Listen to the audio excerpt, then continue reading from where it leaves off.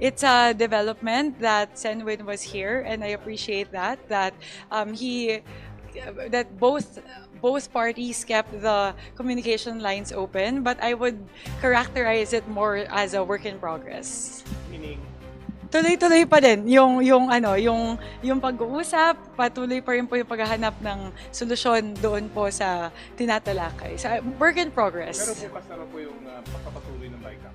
Actually po, natuwa po ako nung napanood ko po kanina na nagbigay po ng assurance si Senwin na magkakaroon na po ng BICAM bukas. Dahil nakita nyo naman po, as you can see, the house contingent sa BICAM po natin. Higit tatlong oras, higit tatlong oras po kami na naghihintay dito po sa PICC. Handa po kami na ituloy yung BICAM kahit ngayong gabi. We are ready and at all times, and we commit to our constitutional duty to pass the budget for the Filipino people. So on the part of the House, we have been ready since earlier today, and natuwa naman ako nung nakita ko po yung assurance galing kay Senwin na magkakaroon na po ng BICAM bukas. Although we actually have not talked about a time, we have not set a time actually, but at least we have the assurance that there will be a BICAM meeting tomorrow.